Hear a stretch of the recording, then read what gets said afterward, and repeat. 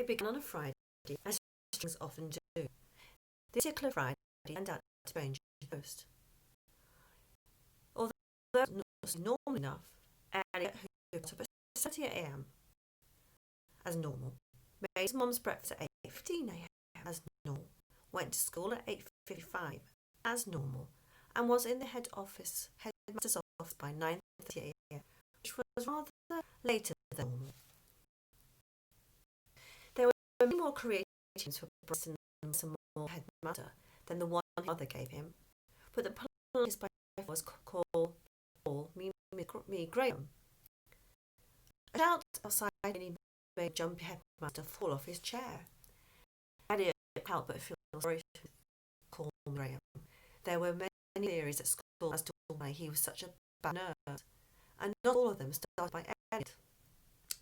Some said it was because his wife had left him. Others said because he hadn't. Elliot's favourite was Call Me Graham, actually a serial killer on the run. He could imagine the appeals on Crime Watch. So be on your guard, the Graham Sopweed, the Cardigan Clad Killer, and be sure to call this number if he bores someone you know to death.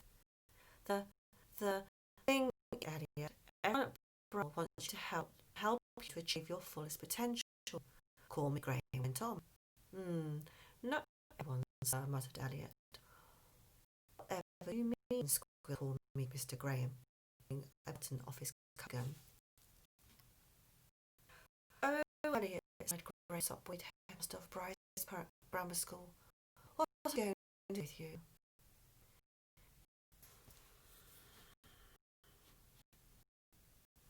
It began on a Friday, as strange things often do. This particular Friday turned out to be stranger than most. Although it had normal enough, 30 a.m. normal, made his breakfast at 8:15 a.m. as normal, went to school at 8:55 a.m. as normal, and was ahead of the office by 9:30 a.m., which in fact was later than normal. Oh, Elliot, sighed Graham softly, headmaster of Bristol Grammar. What are we going to do with you? Elliot scratched his shaggy blonde. He figured that excuse from school for Emma and me, Lord, high empire of the universe, would be deemed an acceptable answer. So he said nothing. You seem rather distracted lately, said Mr. Sopwith, still in the silence. Is everything okay? Is anything wrong at school or home? Elliot avoided the headmaster's concerns there. School was... What was school? Annoying, boring, pointless. Nothing new there, but home, that was a different story. I'm fine, he said after a lengthy pause. Thank you, sir. Oh, Elliot decided again, nervously flicking his floppy grey fringe. You know you call me Graham. Let's all your name our mother gave us. There were many more positive names for the headmaster than the one mother gave him, but the polite by far was Call Me Graham. A shut sigh nearly made this beheader full of his hair. Ellie couldn't help but sorry to call Graham. There were many theories at school as to why he had such a bag of nerves. Not all of them started by Elliot. Others it was because she had. Some of them said it was because his wife had left him. Others said it was because she hadn't. Ellie's favourite was that Call Me Mr. Graham was actually serial on the run. He could imagine appeals on Crime Watch. So be on your guard against Graham Upweed, the Cardigan Clad Killer, and be sure to call this number. He's bored someone you know to death. The thing is, Elliot, Evelyn Brightmore wants to help you achieve your fullest potential, Graham went on. Not everyone, sir, muttered Jed. What do you mean, squealed Mr. Graham as he at a cup of his gum. Everyone at Bridesmill is committed to encouraging, nurturing, inspiring every pupil in our air. We all here for a friendly word, help advice, or to make sure we know. Where is that snivelling runt of a pathetic excuse for a boy? The office door blasted open with a furious roar, making Mr. Call Me Graham seem like a kitten on a ghost train. Elliot was all too familiar with that loathsome voice. Hello, whimpered Call Me Graham. As you can see, just having a little chat with Elliot. Hooper, sneered the new arrival, lurching up behind a chair and looting his airspace with his weapon's grey body odour.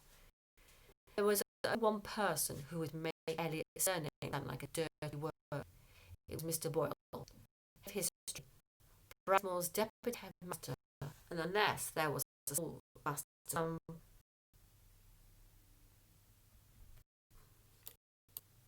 on the planet who could do with students the sauces, the world's worst teacher. Boyle was a stumpy, peely little man who was the only person Elliot knew with fat eyes. He squashed them behind a pair of thick bottle lenses and glared at his pupils like most people look at used cat litter, as if he had a permanently nasty smell under his nose. In fairness, he did. So. His few remaining strands of dark, greasy hair were pasted over the top of his head, held in place by Hooper alone. Till the day he died, Mr. Boyle had 3 chins, but who knew how many more lurked beneath the shirt, which was all smelled like 3-week-old vegetable soup. He truly hated everyone, but reserved a special revulsion for Elliot, who had been getting up his pudgy nose for last year. Sir? asked Elliot innocently. Don't you, sir, Hooper, growled Boyle, bringing his sulky face millimetres from Elliot's own. What did you did in the assembly was disgraceful, disrespectful, and downright disgusting. Yes, we will just get into that, stammered Graham. He disgraced the bride's name, Royal. He shamed himself. He shamed the school. In my brilliant power present Napoleon's favourite box, he fell asleep. Call Me Graham quietly let Elliot's pale face dark rim glasses.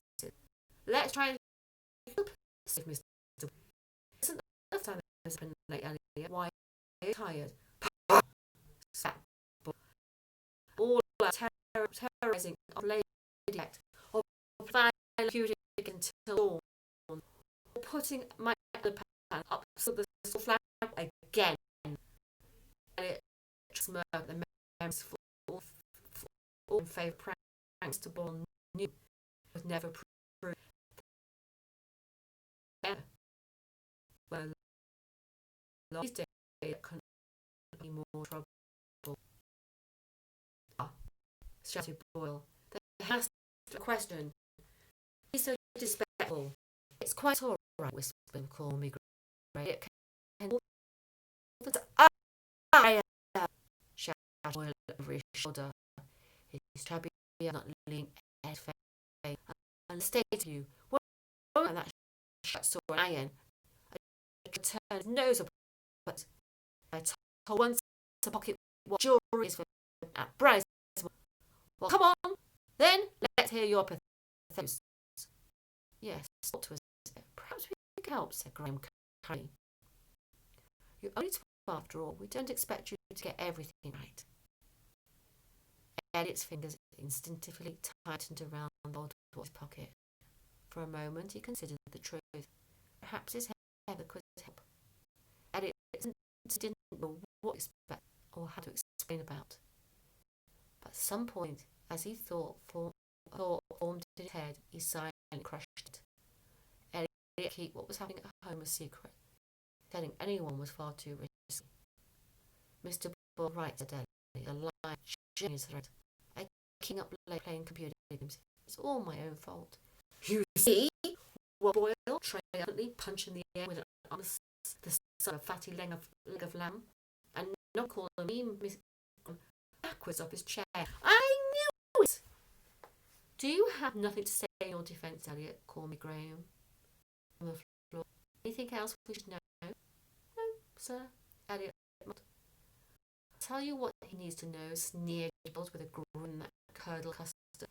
He's failing at school, his grades have dropped across the board, and if he doesn't get 80% in all the end of the exam, he's at Bridesmore for good. You got my mock history test on day. Hooper That gave you a much needed kick up the thank you, Mr. Boyle, stuttered Mr. Graham. Elliot's heart sank at the reminder of the exams he was to fail. He tried to find time to study at home. He really did. Please, Elliot, called Graham's help. As he looked at the kindly eyes of the godly headmaster, Elliot once again, instead of telling the truth at home, at Mom, he knew how much longer he could carry on like that. It was getting too much. Sometimes he began searching for impossible words. Detention, bellowed Boyle, lumbered jubilantly out of the office. Who will see me after school?